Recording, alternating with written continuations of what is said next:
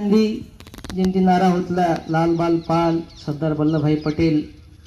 किसी महापुरुष को आम जाचु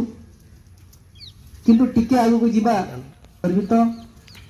जे भारतर प्रथम स्वाधीनता संग्राम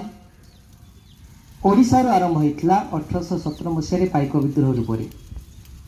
आमर ओडिशार वीर पाइक जाति से प्रथमे इंग्रेज सरकार विरुद्ध में आंदोलन स्वर उठे तापर 1857 मसीह गोटे विराट आंदोलन होता ता ना था सिपाही विद्रोह एभली भाव में यह क्रम आम ओडिशा माटीर बक्सी जगबंधु जयराज गुरु बाजी राउत एमती अनेक वीर माने शहीद होगी देशपाई जीवन देले एवं तार परिणाम स्वरूप आमको स्वाधीनता प्राप्त है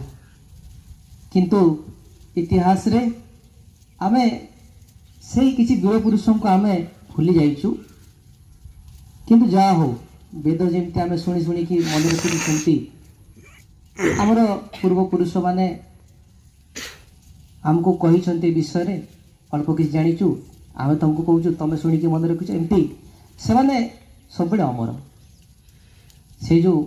महापुरुष मान जीवन देकी लड़ाई करथिले आ ओडिशा माटीरू प्रथम आरंभ होइतला एवं आमे से ओडिशा माटीर रायत